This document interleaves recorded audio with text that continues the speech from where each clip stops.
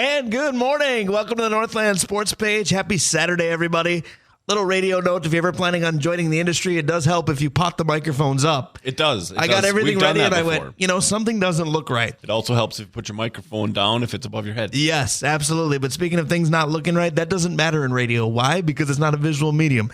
Happy Saturday, everybody. Welcome to the Northland Sports Page. We'll be here with you till noon. Then you'll get a little break, at least from Dave Cook and myself for a while. But Dave, you'll be back quickly about 2 o'clock-ish this afternoon. It's a big day on these airwaves. It is. We have a afternoon and evening full of hockey, Brian. We go at 2 o'clock. We go later. What is that, a 6 o'clock start? Yes. And an 8 o'clock start. Correct. And, the evening session's going to be fantastic. That first game, though, the Andover Duluth East game, that could be a war. That could be a lot of fun. Absolutely could be. Of course, those two teams meeting around early this year. They were the Section 7 AA finalists a year ago. But you're right, Dave. It's a big day, and I'll let you talk more about East Andover in just a second. But I want to give it the name that our boss here at the Fan dubbed it very nicely, Triple Play Saturday here on the Fan. Because there are 4 games at Amsoil today. We are not doing the first one at 12 noon. Grand Rapids and Rock Ridge will tangle to figure out who's a finalist in 7 AA there. Which we are both interested in. Right. It's going to be a very intriguing game, a very geographically intriguing game for those two teams. Rock Ridge, of course, the collaboration, if you will, or co-op or whatever you want to call it now, of Virginia and Evelyn Gilbert. And then again versus Grand Rapids. So Iron Range rivalry comes down to Duluth to start the day. Remember, Grand Rapids only part of the Iron Range when there's money involved. That's your theory. Please send your mail to Dave Cook, not to me. All Iron Rangers are like, yep. Mm-hmm. But then at 2 o'clock, again, 2 o'clock-ish, because it's going to be, 20 minutes or so after Rapids and Rock Ridge get done, we'll have Duluth East and Andover. The legend that is Tom Hansen will be in my chair for that one because I'll be at the Duluth East gym for some basketball today. But then all hockey all the time this evening because 7A is going to be about as good as it gets. And you're back. Hermantown and Proctor at 6:05, and then Hibbing and CEC. They'll call it 8:05, but we'll see what time that one gets the puck dropped. Right. Dana says, what time are you going to be home tonight? And I was like, I don't have any idea. No, I told my wife. 11, could be midnight. Right. I told Jen last night, I said, Dave and I will leave for this show, which we do almost weekly. We'll see you tomorrow. About 8:45, 9 a.m. And if I'm home for the day by 11 o'clock p.m., I'll be impressed. Yeah, 100%. We will absolutely. If there's no overtime and there's no other malarkey that goes on, we got a shot.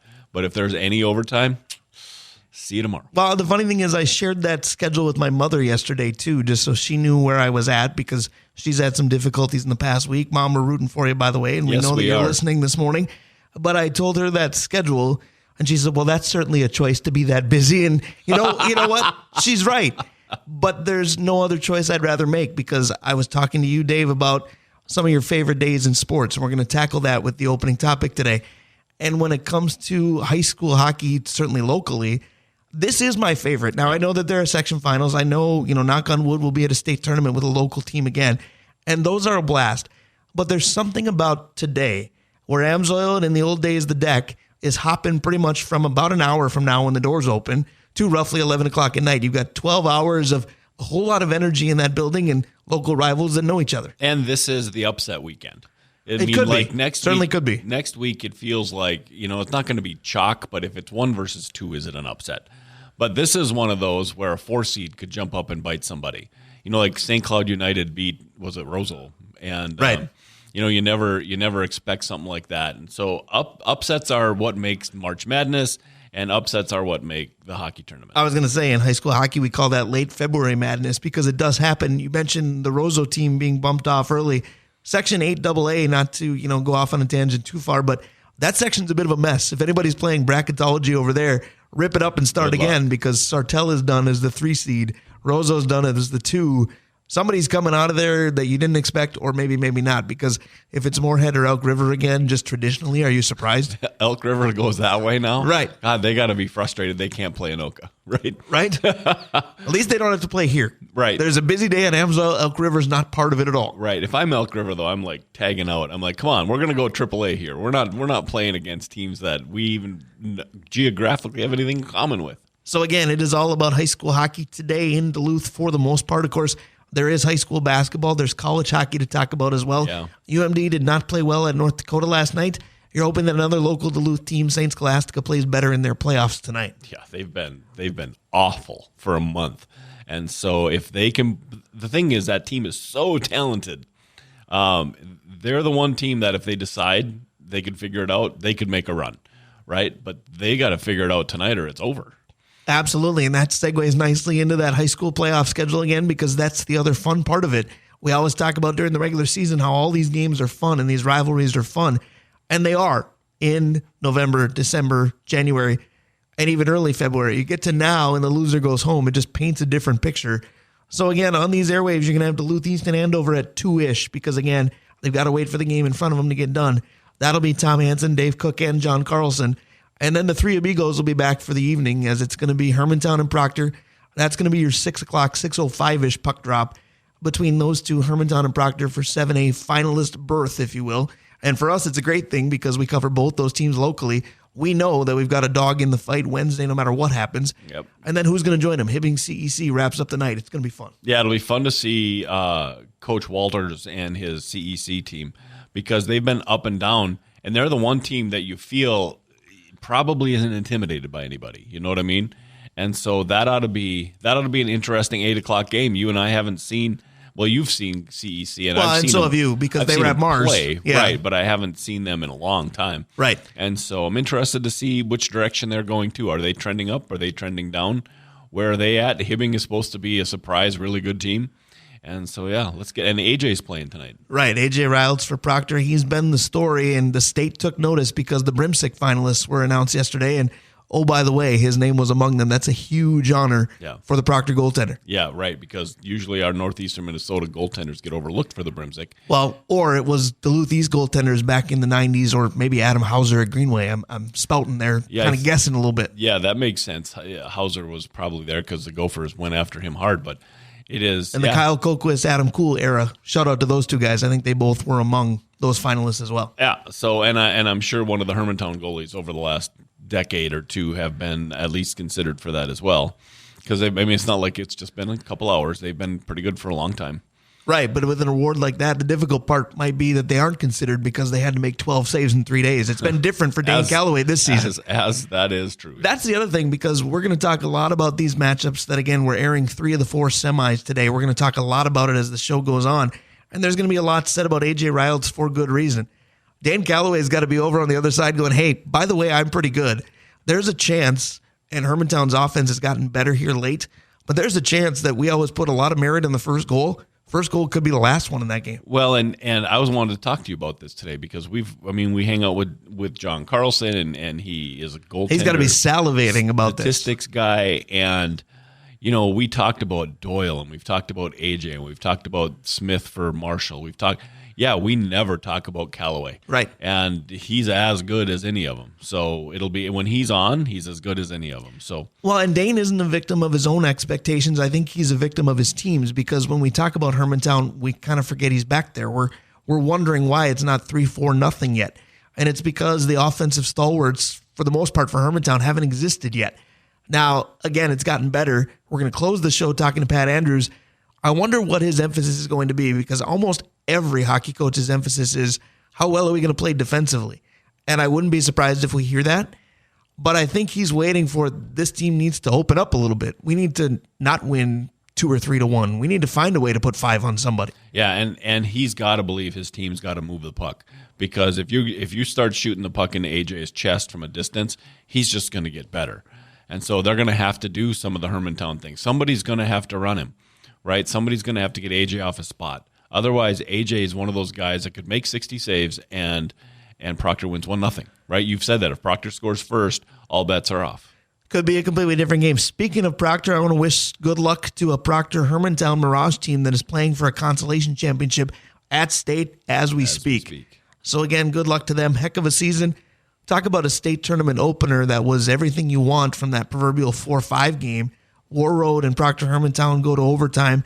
Proctor Hermantown unfortunately gets beat, but I always give credit to the team that shows up even though they're playing in the game they didn't want to, and gets it done. And they did that to get to the consolation title game, finish the job today. We talked about that last year when we did Hermantown in the third place game. Could they have been bummed and said we don't care about this game after getting beat by Matamidi? Yes. Did they beat Orno and take third? Also yes. Yeah. I love when teams find it within themselves to win games like that. Because it's crazy how many teams over the years that we've covered that lose that first one and just take the day off. And so it's really nice to see, like you said, a team that doesn't do that. I want to get quick back to the East game, real quick. So the East Denfeld game, one of the East defensemen, Anderson, he got creamed in the corner, right? In the Denfeld game. In the Denfeld game. Okay. And he came out of the corner and got headshotted, right? It was not good, and there was a little bit of blood and all that. And the East trainer, tip hat to the East trainer, sewed him up. They sat him for a little bit to let him collect himself to make sure everything was okay. And he got back on the ice, and for a period of time was the best player on the ice. And it's that kind of – and then afterwards there was handshakes and everything going around. Tom Hansen was thoroughly impressed. So cooler heads prevailed. Yep. But the combination of tough guy, no retaliation, like the whole team didn't go bonkers because Coach Patosha had his team well managed, right? The training staff getting involved right away, fixing the cut, and then making him sit to make sure everything is good. Because, back 20 years ago, he'd have just been on the ice the next shift, right? And then when he hit the ice being that good for that period of time, I wonder if that play and the toughness that he showed washes down on the rest of the team, and they have their shot against Andover is increased because they're a different team because of that play. Might be something to ask Coach Patosha. We'll have him at 5 after 11 today. Lots to talk about with the high school hockey big day that it is. I've already declared, hey, it's one of my favorite days of the season, each season. Maybe for me personally, this is an even better day, though, because we've always had the debate of, do you have to be a member of the hockey community or the basketball community? And we have said, and we might be the only ones that have said, absolutely not. Go ahead and enjoy both. Yep. Well, you know that I do. I was a basketball guy first. Betting mortgages or betting my life savings of what kind of guy are you, I might still say basketball first because of longevity. Well, I get everything I could possibly want because I spend my afternoon at the East Gym, get done, and go down to a rink today. This day was made for me. And again, that's going to be the topic today to start. What are your favorite days, sport by sport? My favorite day of the week is Saturday because of our sponsors allowing us to do this show, though, first. Yeah, and let's start there, Brian, then, if we're going to do that, because we're going to start with Mike Regan at Christensen Group Insurance, Stewart's Bike Sports and Trophies, Mount Royal Bottle Shop, the Blackwoods Group, including their location on London Road, in Proctor, in Two Harbors, Blackwater, and Tavern on the Hill. Brian, which, by the way, I brought 8 people last night to Tavern on the Hill. You sent me photo evidence, no less. Fantastic service. So I've got the dietary thing. My daughter has a dietary thing. Dana got a Life Juice that was a little bit too much carbonation and not enough Life Juice.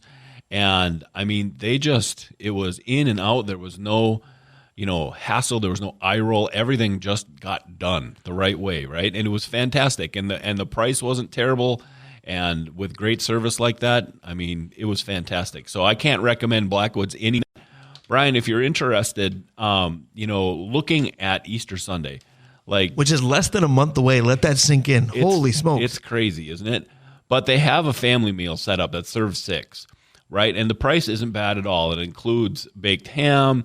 It includes, you can get that rum raisin glaze. I don't know if you've had that before. Their mashed potatoes, probably second to none. Along with all the rest of the meal, but they also send chocolate cake along with, so you can enjoy afterwards. The desserts at Blackwoods are second to none as well. I can vouch. Well, and that's what Easter's all about, right? It's like breaking Lent's done, and it's time to celebrate. And what better to celebrate than with the wave of passion cake? Well, I'll tell you what. When I got this ad for Blackwoods Easter that we're reading right now, I thought, boy, that seems early. And then I looked up the date and went, well, I guess not. And then you look at the weather and you go, well, it's felt like spring for a while. Why not? 100%. So here's one of the things that you got to listen to, though. If you're going to order it, you pick it up in Proctor at the event center. Okay. Or, again, one of the best things about the Blackwoods Group, you can get it delivered to your door. Right. So if this is of interest to you, give them a shout. It's Easter@blackwoods.com. That's Easter@blackwoods.com. Or you can always call them, 218-625-6147. That's 218-625-6147. Ask for Jessica, and you can get all that stuff done too. Easter can be one of those times where you spend all this time in the kitchen and you miss time to celebrate. Right. This is a way to take care of it. I was going to say, you asked if I was listening. I hope my wife was listening to all of that because it sounds like Easter Sunday could be planned. Go ahead. Yeah, but let's continue because we haven't even gotten to Advantage Emblem and screen printing. Kraus Heating and Cooling, your Carrier HVAC authorized dealer. OAR Holdings, Hoops Brewing, and Arola Architecture Studio. Again, so grateful for all of our sponsors each and every Saturday, but especially this Saturday. It's just an exciting day in sports. It's a long one for us, but it's one I wouldn't trade for anything. Again, 3 of the 4 section semis at Amsoil will be on these airwaves today. The legend that is Tom Hansen takes care of the afternoon, and I'll be back at night. It'll be nice to be back with you guys. I haven't called a hockey game in 11 days. Right. But by the way, in those 11 days, I've covered 9 basketball games. So it's not as though I've been just hanging out. They are a little bit shorter and a little easier on the boys. The break. But I get a doubleheader every time. You do. So it's a little bit different that way. Yeah, I get a doubleheader every time. If you're an announcer and you don't do JV, you're not an announcer. That's my theory. Well, you don't do the kids' service. Right. Absolutely, but that's a different Pandora's box, maybe to open for a different episode of the Northland Sports Page. But today we're obsessed with the favorite day theory because we like this one so much. So we thought about, what about sport by sport? And you can decide if you want to go level by level. We may not be able to in the next 12 minutes. But what's your favorite day sport by sport? Because we pretty much, if you tuned into the beginning, we've covered what our favorite day is in the high school hockey world. It's happening. Yeah. But what about Major League Baseball? What about the NFL? What about the NBA? What about the NHL if you have one? If you don't, do you go down a level? What about the collegiate level of any of those sports? Or prep if you want to, because, again, the hockey started the whole idea. So we'll do football because my disease. Because yours is easy. Yeah, mine's easy. It's the draft. In college, draft day 1 then. Yes, okay. Well, because it's become a 3-4 day extravaganza. I'm guessing you don't get hyped for the 7th round. Maybe you do. Maybe, but in the 7th round, Brian, you start to get hyped about the undrafted free agents. Right. Like I said, disease. The thing about college football, though, it's more about the tradition and the specific game. So you can get fired up for the Red River Shootout, right? Yeah. You can get fired up for the Iron Bowl. You can get fired up for the Axe game. So it's Floyd the Pig. Yes, it's hard to get, for me. It's hard to get fired up for a specific day because I want to watch the one with the most pomp and circumstance. So I'm going to springboard off that because for college football, since you went there, I'm going to go as well because it goes right to where you were. For me, it is more about specific games as well. What I tend to like is that Thanksgiving weekend because it feels like almost all of them get played that week. That's true. And then you factor in, you just talked about Easter and meals and celebrating, and Thanksgiving is probably my favorite holiday for that reason. You've got good food, good family, good football. I can take all of that. But it always seems like that Thanksgiving weekend, the Gophers are playing Wisconsin. Somebody else is in a big rivalry game. Michigan State. So Thanksgiving weekend is it for me for college football. I guess that's hard to make it a day because somebody could have played Friday, somebody could have played Saturday, etc. But that's it for me. The NFL for me is probably just week 1, the opening Sunday. I know we open on Thursday and it's one game and the Vikings usually aren't in it, so I don't care. But that first Sunday where everybody's 0-0, everybody's that does this, and I know a lot of people that do, are sitting down to basically watch football from noon to probably 10 or 11. We talk about what our day is going to look like. Football-wise, that's what a lot of Sundays look like for a lot of people. Especially the first one. A lot of fantasy football players are opening up their team and watching stats escalate or de-escalate as the day goes on. Everybody's tied for first. Right. So week 1 for me is just that fun day. The other thing, too, is from a personal perspective, winter, granted it hasn't been here this year at all, but winter's not here yet. And it's still a nice day out, and you're just having the best day chilling with football, but it can still be 65, 70 degrees here in Duluth. Yeah, nope. I agree with you. So we've talked about this today with hockey. I think the division final or the semifinals, I guess, whatever you call them, when there's the college football playoff. No, well that too, but in the pros when you got the final 8, the divisional round. Yeah, that's a great weekend. See, I can't make that one great because too often my team's just watching. Yeah, but the games are usually the best games. If I think about it, I probably enjoy football more when the Vikings aren't playing. And ask me next year about the playoffs. Yeah, because now that the Congress or the Supreme Court said you can recruit players using the NIL as a thing. I mean, college football is a mess. So let's see how the 54-team playoff or whatever it is now goes through, and then maybe when it's down to the Final Four, I'll be able to tell you that. But it's such a new sport now that I have no idea. All right, what about Major League Baseball? Because there's lots of options. We talked about last week with Seth Marsalik that pitchers and catchers report have just a different ring to it. You don't really see much except for reports from different camps, but It just has a different feel for where you are in the calendar. The season opener, suddenly you're settled in for 162 nights or days like this. You know what it is for me because it's the only vacation that I plan around a certain date. The All-Star game. In the history of Target Field, I've missed one home opener. And if you ever want the full story, I'll gladly tell you, but I'll give you the abridged version right now. I missed one because the year I got married, I was so excited to claim that on my taxes. I got screwed on my tax return and couldn't afford to go to the home opener that year. Yeah, that baseball's tough because it's so long, one. So for me, it's either opening day, or it's the first day of the playoffs when everybody's playing, right? You got 6 games on the first day. You got the 11 a.m. You got one starting at 1, 3, and then they got the 6 o'clock and then the late game, and that's one day that I can sit down and watch baseball all day. Can I give you a weird one that really only pertains to you and me? There's the first Saturday that the Major League Baseball regular season is going. Because most Saturdays, let's face it, from September to March, you and I are wondering what game we have to get to soon, whether it's football at St. Scholastica, hockey at St. Scholastica, basketball at Pick a Gym, hockey at Pick a Rink. We're going somewhere. All of a sudden, that first Saturday in April, now you might have Saints baseball. I understand that. And there was a time. There was a time where I did too. But most of the Saturdays when the springtime hits, we're a little freer, if you will, than we have been. And it's different when you and I do the podcast, which, by the way, you can catch up on all prior episodes at northlandfan.com. Shameless plug right there. But most Saturdays, you and I are focused on something else, having to jet out of here. And today will certainly be like that.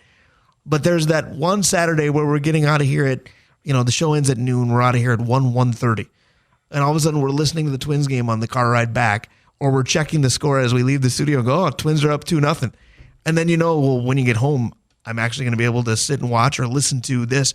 It's just a different day for me, that first weekend that we're not rushing somewhere. Yeah, no, that's very, very true. The day that I forgot was when Scholastica baseball leaves for Florida. Yeah. Because for me, that's the start of the baseball season. Even though I really don't see any teams for quite a while, when they go down to Florida, it's like, all right, so I want to talk to the coaches afterwards to see how the guys looked. The baseball is one of those that pick a day. What about basketball? Because that one's tougher for me. I'll be honest, I probably don't have a favorite day in the NBA. My favorite days this year have been when the Timberwolves have played because they've been worth it. I do like the trade deadline, but this year I laughed at it because the Lakers are not that much of a factor yet. The trade deadline specials made everything about the Lakers and their lack of movement. So I went, I don't want to watch this. I don't mind Kendrick Perkins, but I don't care what he thinks about LeBron and where this team is going. Opening day doesn't do a lot for me because different teams open at different times. Christmas, I like that the NBA tries to spotlight itself, but Christmas in my family, especially at the in-laws, is an all-day monstrosity. I can't pull myself away to watch 2 seconds of basketball if I wanted to. Yeah. I'm glad that the Timberwolves haven't been good enough to be part of it. That may change next year. So the NBA, I don't have a favorite day. High school basketball, I love all of it, so I probably don't have a favorite day there either.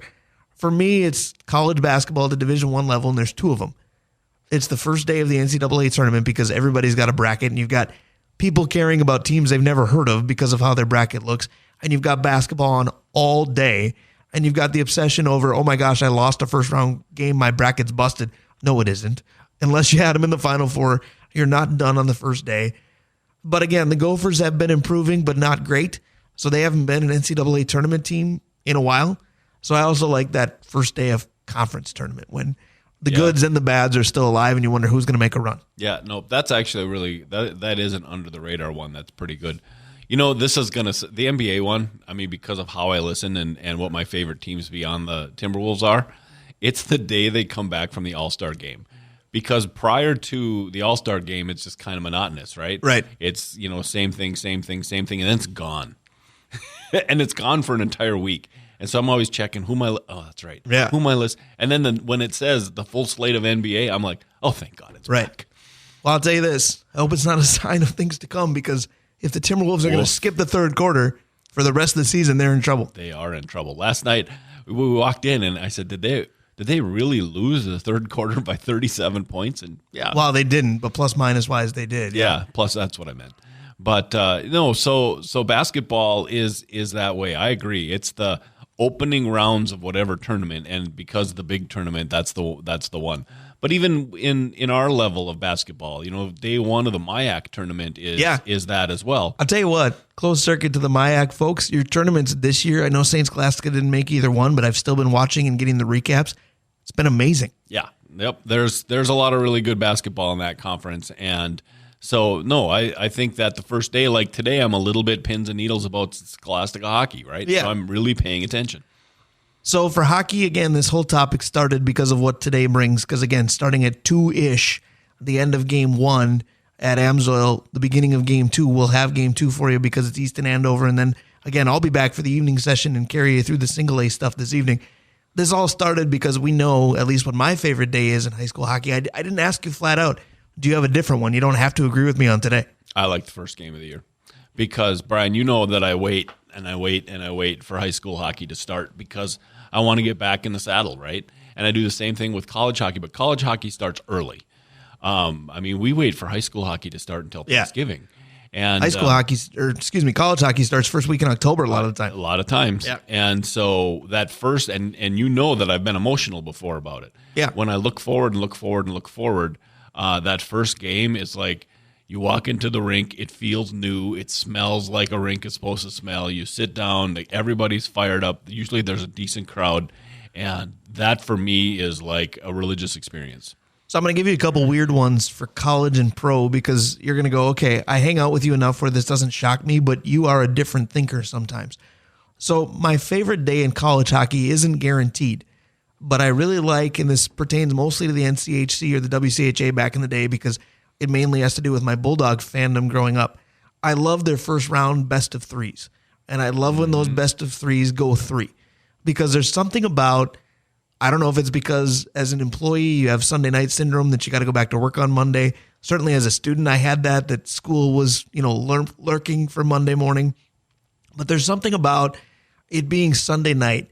And most of my life, like Sunday night has been a winding down time. You're not doing anything intense. You're not conjuring up energy for Sunday night. It's quite the reverse. You're decrescendoing to Sunday night. Right. But when a Bulldog team or a team you like is playing in a decisive game 3 on a Sunday evening, Sunday gets painted a different way for me. Well, and in town, Duluth not as big is a big little town. Yeah. And when it is that game, the community rallies, which is why when UMD's women were national champions, it was always cool to see the community rally around that team. And so, yeah, I agree with you. When there's a game 3, or we are in a game 1 versus 2. This community rallies around, and those are always fun, even if you're not a Bulldog fan. It's fun to see the community get all psyched up. And then my NHL one, this is a little bit tongue-in-cheek, but I just kind of find myself glomming onto it. So Hockey Day Minnesota for years has been a big deal. It was beautiful when they had it here, right? But it's mainly for me about the high school teams, and that's the spotlight. They're playing different places. They're playing outdoors, what have you. But the way Bally or FSN or whatever you want to call it over the years has engaged itself is, well, we're going to put a Gopher game in it, and then we're going to cap it with a Wild game. I love how people tell us to think it's super important that the Wild win on Hockey Day. Because it's not, or it's not any more important than they win any other game. Great win last night, by the way. But I find myself as a Minnesotan going, yeah, we got to cap off Hockey Day the right way. And then I'm going, what difference does it make? I want them to win every game they play. So it's good advertisement. Right. They got you. They got me. They hooked me right in. Absolutely. Professional hockey for me is such a weird time because I like it all. Yeah. My second favorite team plays Edmonton, which might be my third favorite team. And that's a day to stop and watch, right? So when the Wild, I'll watch anytime. But it's kind of when Edmonton's rolling that it's fun to watch McGregor and Draisaitl and all them. So, did you just say McGregor? That's not Conor McGregor. It's Connor McDavid. Conor McGregor is a very different character. Yeah, that's true. Well, it's fun to watch him too. Right. Either way, the Wild beat Edmonton last night. Yep. It's a beautiful day. It's a hockey day. Not Hockey Day Minnesota, but certainly Hockey Day Duluth. Dave Hoops is up next. He's got a Bonspiel to talk about too. Lots happening on the ice. Stick around. We'll be right back. A little curly shuffle because that's close enough to doing a curling shuffle because that's a big deal at Hoops this weekend. The Hoops Bonspiel in full effect. So not only is there good hockey today, there's lots of things going on the ice, and you can put beer on ice if you want to. Closed circuit to anybody who's listening. I had to, when I was younger, to develop my hankering for beer, and let's just say that that came along nicely, and I don't ice it anymore. But you can if you have to. I hope hankering. I hope the brewer Dave Hoops doesn't, viscerate me for putting ice in my beer at one time. Have you been watching Hee Haw?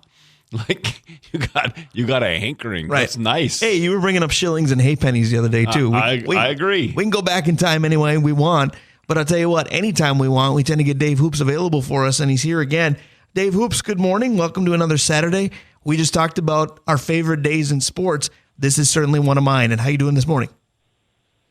Oh, good. Yeah, that was a good segment. I only caught the last part, but this is the best. I wanted to mention though the high school. For me, it's Friday night at State. The XL, yep. The Final Four at State AA. Those are that is electric, and of course it goes back to that beautiful East win against Edina a few years back. But that's fun. Yeah, that's certainly up there as well. I'll tell you what, you could probably do an entire segment if you wanted just on favorite days in high school hockey alone.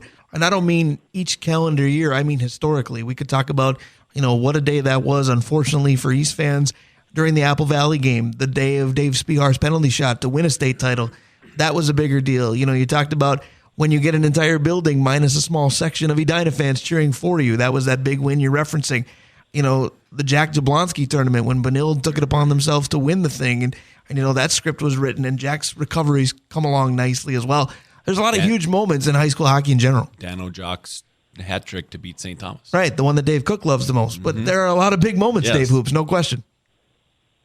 Yeah, and like you said, today is a huge day, and it's going to be pretty fun. It's going to be busy down at the brewery with people coming in and out. And yes, like you mentioned, we have the Bonspiel going on, which is pretty cool. Yeah, I'll tell you this. It got a lot of coverage last night. You turn on the news and you see Chris Plies and John Schuster advocating for your event. It doesn't hurt to have those two in your corner as well. And you've got all kinds of Olympians in attendance for this.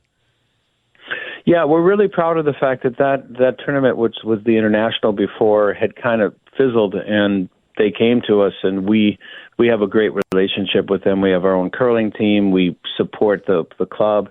And you mentioned it, it's gotten going, and, Plies is playing for Team Hoops. Talk about Ringer City. Right. But you did call him the sexiest Olympic curler. Maybe he owes you one. Well, he is. I mean, that's very obvious. But, there's 5 Olympians playing, as we speak, and it goes all day today, tonight, and then tomorrow morning, and it is a true Bonspiel, so the winners are actually playing for cash prizes, which is pretty cool. And then they're pouring a whole bunch of our beer, and Earthrider's a major supporter down there, too, so they have a team, and it's great. It's just a really fun event, and international, I guess, because we have one Canadian team. That's the reason for that. It is excellent in terms of an event. I'll tell you what, my brother-in-law's played in it before, and my late father has his own rock down at the curling club where if you flip it over, it says, in memory of Gene Prudhomme. And there was a couple years ago at your Bonspiel that this wasn't planned at all, but my brother-in-law's team got to play with their rocks for that particular match, and he got to play with my dad's rock, and that was always a big moment in our family, so that's pretty neat. And obviously we're wishing everybody the best of luck in your event. It's a good one. Yeah, it really is. And then, so to mention that, like I said, there's going to be a pretty good-sized crew down at the brewery before the East game. And then after the East game, we're sponsoring it's called a Hoot Nanny for the curlers. But it's on closed circuit TV at the brewery. The Bonspiel's televised. And then Chacho's Taqueria is going to be down there making food today, which they are just tremendous. I got to talk to them about sponsoring you guys because they're great guys. You probably already know them. But I would have nothing wrong with that. If you want to do the dirty work to get them on board our sponsorship family, by all means. But there you go, Dave Cook. You got a hankering and a hootenanny in this segment. How you doing? All in one sentence. That's awesome. I mean, we're going to break out the vocab all day. Absolutely. So you're getting funny word responses to the questions I ask. What about the great questions you have for Dave Hoops every week? I've got 2 questions, and they were based on conversations that we had around the old house last night with Sophia, the 10-year-old, talking with Avery, the 26-year-old, and me, the old man. We talked about some TV and movie stuff, and I wanted to run this past you. All right. So as a kid, guys, what was your favorite TV show? As a kid. As a child. Like a kid's TV show or like my favorite sitcom as a young age? When you were a kid, what was your favorite TV show? Take it where you want it. All right, Dave Hoops, you go first. Okay, well, it's a 2-part answer because my parents made us watch MASH, and I liked MASH, and that was their favorite TV show. Mine, Love Boat. Hands down, I think they should make a movie. That's my answer. Yep. Those are pretty good. So I'll start with a children's show as my favorite TV show as a kid, because I was very good at sleeping in on non-school days as a kid. But there was one show that I would get up bright and early, or sometimes even dark and early for, because you had to for when it was on. But He-Man and the Masters of the Universe was on at like 5:30, 6 o'clock in the morning, and it was can't miss for me. And I had the action figures, Castle Grayskull, the whole nine. Yeah, I had all of that. So that was certainly up there. Sitcom-wise, man, I don't know. I really liked Perfect Strangers, if you remember that. Cousin Larry and Belky were two of my favorite characters of TV of all time. It's a little less fun to say now, but The Cosby Show was can't miss TV for me as well. Probably those two for my childhood for sure. Oh, that's really a good one. So, Dave, you'll like this one. How about Love American Style? That was one of those that came up that maybe shouldn't come up. But that was one of those, and I forgot. You should never forget about MASH. But MASH was one of those. Again, at our house, we had to watch. But Starsky and Hutch, that's the one I'm going to go with. So Starsky and Hutch was the one. All right. So here's the next question. All right. So each sport, we've talked about our favorite players ad nauseum, right? Yep. So guys, tell me about the favorite player in each sport that no one would guess. So maybe the secret love, right? The one that nobody really knows about, that you followed when you were a kid. The guilty pleasure player. We've had this show for 7 years. I feel like I've mentioned everybody that I liked even a little. But go ahead, Dave Hoops. Yeah, well, that's a tough one. I've brought him up a few times in passing. I like Dion, and I like Bonds, even though I'm not supposed to. And I got to see him hit so many home runs, and obviously he's a superstar, but nobody likes him. So there you go. I don't know how many. Do you want to just do one by one, or sure, what do you? Yeah, pick the four majors and go for it. Okay. Well, I liked Timmy Hardaway in basketball, because I had season tickets to the Warriors back when they were crappy that I got to dole out. They weren't mine, they were work. And I mentioned before, I got to see all the players that came through, the greatest, the players ever, right? But, I'm not going to pick Mullins. Hardaway, I think, was the engine, and I really liked him. Baseball, again, these are not, George Brett, but again, I don't think that's kind of cheating, isn't it? Wow, that was my first baseball glove. I had his signature in my very first glove. I did as well. There you go. Yeah, and then football, for me, it's Lynn Swann. Always has been, always will be. Those are my picks. Brian? Those are pretty good. So I'm trying to think of what haven't I mentioned on this show, and I don't know that we have dedicated listeners that said you said that already, because they've listened, every week for 7 years. Baseball, I might surprise you a little bit. Hoops brought up Dion, and this guy also was a multi-sport athlete, and I believe also in Atlanta, but somebody may have to fact check this on me. But I really liked Brian Jordan. Yep, that's a good one. If you remember Brian Jordan very well. Basketball, Dave Hoops, you'll like this. You brought up Tim Hardaway. I really liked Mitch Richmond. As a two-guard on kind of an undersold franchise, couple of them, because he was in Golden State and Sacramento before either one were very good. I liked them a lot. Hockey, it's harder for me because I was so broadcast news about how much I liked Ray Bourque. I really don't know. I guess I didn't want to like this guy because he played for Colorado, although by the end Bourque did too, but I'm a big McKinnon guy still. Yeah, I still think he's pretty incredible. NFL-wise, it was Haywood Jeffries for me. If you remember Haywood Jeffries with that Houston Oilers offense. Nice. Yep. And here's the story as to why. The very first year I played fantasy football, I think I was in 5th or 6th grade, and I was obsessed with the Oilers. And I had Warren Moon, Drew Hill, and Haywood Jeffries on my team. And I won because that offense had a really good season. So for me, I was a Chargers fan back in the 80s, and they couldn't play defense to save their life. Right. So my guilty player was Billy Ray Smith, because they brought in this linebacker who was going to be all those things, and I followed him, and they still couldn't play defense. But he was my football guy, right? My baseball guy is probably Joaquin Andujar. There you go. But I've said it before. I've seen him pitch in person. So and I've said Dave Parker before. You know my affinity for Dave Parker. So I'm going to go in the Wayback Machine, and I'm going to say my first real interest was Cesar Cedeno. Wow. Because Cesar Cedeno was one of those 5-tool guys and goofy. And so he was always fun as well. But there's so many ball players about that time in history that I really like Mike Eastler, Al Bunbury, all those guys that would just rake. Right. That was their only real skill. Can I make a suggestion for next week at the risk of being negative Nelly? Yeah. What if we tried to think of our least favorite player in each four next week? Absolutely, we can. Do we have that much of staunch negative opinions? Absolutely. Or do we have too many that it might be hard to pick one? Absolutely have that. So my football one's going to surprise people. Now he's not a under the radar guy, but nobody would think I'm a Ronnie Lott fan because of the team I dislike. But Ronnie Lott was that guy. You just sat back and you went, I love this player. That's a great call. The hockey guy is Denny Savard from Chicago, because I always wished he was Which, on our being team. a North Stars fan, that's tough to say. Because he was magic, right? And in the NBA, it's always a little. I mean, it's hard because I follow. This is the college guy in me, not the pro. But Charles Barkley in college, you liked him at Auburn, the round mound rebound. Yep, he was amazing in college. In the pro, he just got too big for his britches, not size wise, maybe but literally. Popularity. At some point, he probably did. Yeah, but in college, he was the guy I loved. Right. That's pretty awesome. Speaking of things we love, for me, it's beer from Hoops Brewing. You talked about lots of things being poured with the Bonspiel this weekend. We'll wrap this segment, Dave Hoops. Let us know what kinds of beer, and if you want to come down and check out the Bonspiel, or even if you don't, what's the good news from the brewery this weekend? Because there's a lot of events and a lot of reasons to go down there.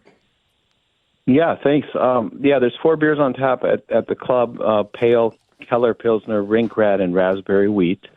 As far as at the brewery, we're releasing the Cherry Stout this coming week that we've talked a lot about. And we have a new batch of 48 IPA, which is majorly popular with the hopheads. The other great thing we have coming up is we're doing a whole bunch of the hockey-centric stuff, and we're going to be, wall-to-wall college basketball and hockey on TV. And we're going to start televising the Twins, guys. Spring training. Yeah, it is a beautiful time of year. This is the last show of February for us, so March Madness is right around the corner. We'll ring it in next weekend with you. Thank you, sir. Yeah, thanks a lot, guys. Enjoy the day, and good luck to our teams tonight, huh? Absolutely. Sure. Couldn't have said that better myself. We will talk next Saturday. We'll be talking about state tournament participants in boys hockey by then. Look forward to it each and every week. Thank you, my friend. Thanks, guys. Have a good day. That's our guy, Dave Hoops. Stick around. We will be right back. We start talking about those local hockey teams in action today. We kick it off with a goaltender dad. John Carlson would be very proud. But this goaltender dad is also a public address announcer. Stick around. We'll be right back.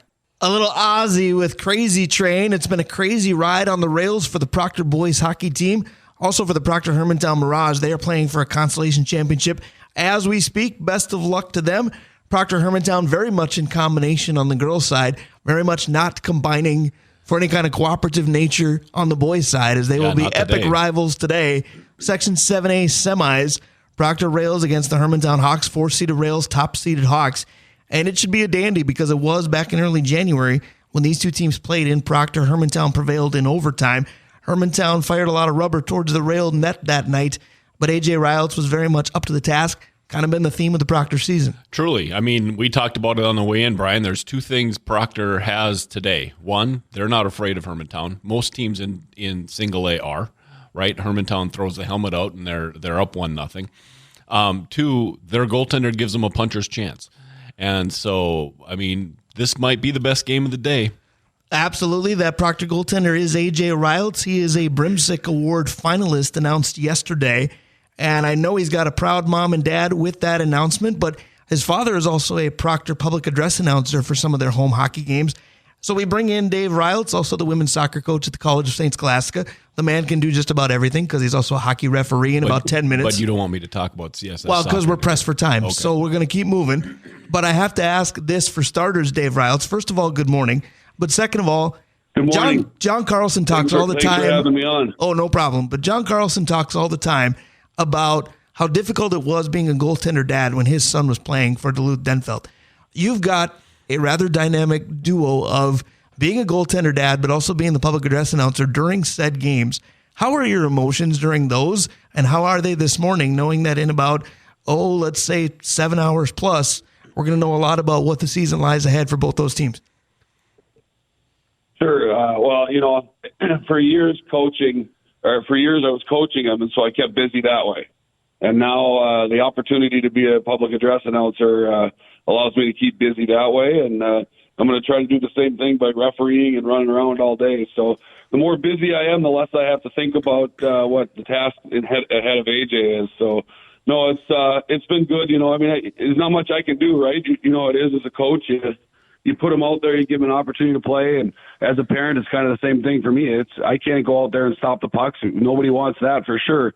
So, just try to keep busy and trust that the kid's going to do his job. So with all of that said, is today the most difficult because you're just going to be sitting in a seat at AmSoil Arena, correct?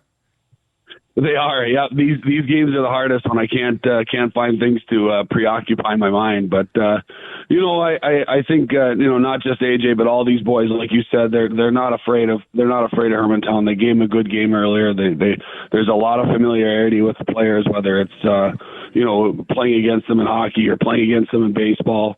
A lot of guys have done both against each other for years, and we've had good games with them in baseball. We've beaten them at times in baseball. Haven't beaten them in hockey, but we got real close in January, and I think there's a group of guys in the Proctor locker room that really believe they can make this a game. I would agree with that as well. I was just going to ask you, what's the mindset like? Because Proctor being at AmSoil hasn't been a thing for several years. It's been nice to see them get this far. It's one of the best records Proctor's had in boys hockey for a long time. AJ's literally been the backstop, but the guys in front of him have been pretty good, and the senior leadership has been pretty good as well. Yeah, obviously everyone talks about AJ, but there's a lot of guys in that room that can get the job done. We've got some really talented hockey players. I think their biggest strength going in is the kind of a real cohesive group. These kids have all played together since they were little. You don't have kids coming in from other places. It's Proctor boys right from the start, and they know that, and they get along great. They do stuff together, whether it's at the rink or away from the rink. I mean, they went to breakfast this morning. They're basically planning to spend the whole day together, and they do that a lot on the weekends because they really enjoy each other's company, and I think that's a huge strength. As far as the mindset, I think they all believe. This isn't about, hey, let's keep the game close. They're going in with the mindset that they're going to win. They set a goal at the beginning of the year. They wanted to play in the state tournament, and I don't think anything's changed. All right, Dave, I'm going to ask you to put your coach's hat off or on and take your dad hat off. So this type of game, what are you telling your team beforehand? I mean, when you're sitting in that quiet locker room, what's the message? Sure. I mean, it's obviously you just got to block out the noise. That's the biggest thing. Is it like Brian said, they haven't been on the stage before, and so it's going to be different. We've had some good crowds this year, but they'll be nothing but like what they see tonight. The biggest thing is just get through those first couple shifts, put those behind you. Hopefully, you just keep things really simple early, and then once you get into your second, third shifts of the game, it's just a hockey game. And I think that's the mindset that you have to create with the guys, and obviously when you're the underdog, the goal is to keep the game tight and to keep the other team within striking distance until the bitter end. Give yourself a chance in the third period, and so that means just playing real simple hockey, getting pucks deep, making Hermantown have to go 200 feet, taking care of the front of the net. Like you said, you've got a goalie that can stop majority of the shots from the outside, so don't give them grade A looks, and make sure that there's no second chances. Is there any merit to a chip on the shoulder for Proctor? Because this is a great record-wise Proctor team, and this is a team that I think we saw a couple years ago was up and coming, and now the moment has arrived. But you look at this Proctor team, and they don't have very many losses this season, but 3 of them come from the 3 teams seated ahead of them that are still playing. They got beat by Hibbing. They got beat by Cloquet. They got beat by Hermantown. So some people are going, yeah, Proctor's good, but Proctor hasn't beaten anybody that's still here. You mentioned block out the noise, but is there some use the noise to motivate you as well? Oh yeah, no, there's a chip on the shoulder for sure. These guys believe that they're capable of beating any of the 3 teams ahead of them. Obviously they get their shot at Hermantown tonight, and they'd certainly love to get a rematch with either Hibbing or Cloquet on Wednesday, and I think they'll be confident in that game, just like I believe they're confident today. Dave, I know we talk a lot about a certain goaltender, but I want to put a spotlight on a couple of brothers that I think are going to matter. I was going to say, the Ross kids are pretty good. Yep. The Ross kids today, I think, are a big deal. And so a lot of people haven't watched Proctor hockey. Can you tell us, one, a little bit about those two? And two, is there anybody that we're not talking about that the casual fan who drops by AmSoil tonight is going to want to see? And to that end, please say Cooper Anola, but go ahead. First of all, Tanner and Brecken are really fun to watch. Brecken has not played with AJ as much growing up. I didn't get the opportunity to coach him, but I've watched him grow and develop and just get better and better every year. So here's a little quick story about Brecken. Last year, the Bantam A team was at the regional tournament. Our numbers are always pretty low. We divide our teams up A and B, and they had 10 skaters to start the year. They had 2 injuries. They're skating with 8 guys. Brecken Ross did not leave the ice the entire game, 2 games in a row in the region tournament. The kid's got a huge engine. He can go. He's a smart hockey player. He's really fun to watch. He's really helped our second line go. Wyatt Minahine's got 20 goals, and I think if you asked Wyatt Minahine, he'd give a lot of credit to Brecken Ross and what he's done to help get him the puck. And Wyatt's a scorer, but a lot of times scorers need a guy to get him the puck, and Brecken's done a great job of that. And then Tanner Ross he's so electric. When he has the puck, he's so fun to watch. His lateral movement is so good. He sometimes I feel like the puck is on a string and he can fire the biscuits. So obviously they're key to our success tonight. You talked about Cooper Anola. Cooper Anola's up and coming, been really growing into the game. Making sure you're here. Hold on. Yep, we're here. Sorry. Thanks, guys. They're checking to make sure we had referees. But Cooper Anola has really been growing into the game. I think he's going to be a big key today. And then another guy that's on the back end that's been a stud for us for 3 years, and for AJ has kind of been a security blanket his whole life, is Carson Pavlovich. No doubt. And he's been fun to watch grow and get better and continue to develop. And then there's other guys too. We mentioned Wyatt Minahine, Austin Bryant. Austin Bryant is a workhorse. Another guy you talk about, Brecken Ross getting Wyatt the puck. Well, you've got Austin Bryant, who does a lot of dirty work in the corners and creates opportunities for Tanner Ross. And then this year he's kind of had a breakout year and created opportunities for himself. I think we go about 6 forwards deep of real strong players. We've got a third line that knows their role, and hopefully they'll get some spot action today. So, those are the guys I key on. Brecken and Tanner Ross, Cooper Anola, Carson Pavlovich, Austin Bryant, Wyatt Minahine. Hopefully those guys can do some fun stuff today. We talk about the Ross boys. What about Pekka Davidson? To me, they've emerged quicker than I thought. Dylan Davidson, Gavin Davidson have been pretty good as well. They have. And Dylan's your classic blue collar, just get in and grind. Great on faceoffs. He's our best faceoff guy. He's our best faceoff guy. When he's on the ice, we're going to win probably 70% of the faceoffs. He goes out in critical situations. You'll see him out, end of a period, critical draw situations, power play. He'll be taking a lot of the faceoffs. Just blue collar guy. And Gavin's he's had some success. He played great against Hermantown the last time. Yes, he did. We were down a defenseman, so he and Cooper Johnson have kind of been rotating in that 4th spot. But Gavin can play too. He's a little guy, but he's feisty. He'll take down the big guys. We played Rockridge a couple weeks ago, and they've got Troutwine, who's a 6'4" beast, and he went. Troutwine was lining him up and was going to hit him, and he gave him a reverse hit and put him on his butt. It was pretty fun to watch because Gavin's all of about 5'6". Dave Reyelts, you are amazing. We'll cut you loose because I know that there's a youth game that needs a referee, so you're in high demand again. Thank you for joining us on short notice. Thank you, Dave. Good luck tonight. Have some fun tonight. Remember to breathe tonight. And we'll see you at Amsoil as well. Appreciate it. Thanks, boys. Appreciate you having me on, and look forward to seeing you tonight. Anytime. That's our guy, Dave Reyelts. I just really enjoy conversations with him. Obviously, he's pressed for time, reffing a game at 11, and we're right up against it. But I wanted you guys to talk ins and outs of being hockey PA guys. Yeah, well, someday we will. I think the thing that we got to make sure everybody knows is that we asked Dave about some specific Proctor kids. That team, you and I have seen them, 4 times this year? Right. That team has really grown across the board. You can go, I was hoping you were going to talk about the Davidson kids because the difference between them and game 1 and now, that's the other thing. Their Hermantown game was like game 2. Like, this is a different Proctor team. Now, granted, we're going to talk to Pat Andrews later, and the Hermantown team is drastically different as well. But this Proctor team is going to surprise some people. It'll be interesting because we were talking about the Davidsons, and we will close the show with Pat Andrews. I wonder if his team wants to remind Proctor that this still is David versus Goliath. Proctor doesn't want to think that way. It'll be interesting. We're bumping out with a song called Save the World. AJ Reyelts may be trying to do that this evening. Yeah, right, and it's the right goaltender to do it. Like we said, we'll talk Callaway here in a little bit, but the best goalie up here plays in green. So we have a lot of hockey still to talk about. We're carrying a lot of hockey on these airwaves all day today. Hour number 2 starts with Coach Steve Potosha. His team is up first at 2 o'clock-ish after Grand Rapids and Rock Ridge get done. It's the Greyhounds and the Huskies of Andover. Last year's section final is a semifinal this year. We talked to Steve very shortly. Stick around on the Northland Sports Page. Hour number 1 is done. Hour 2 is next. We're glad you're here. Stick around.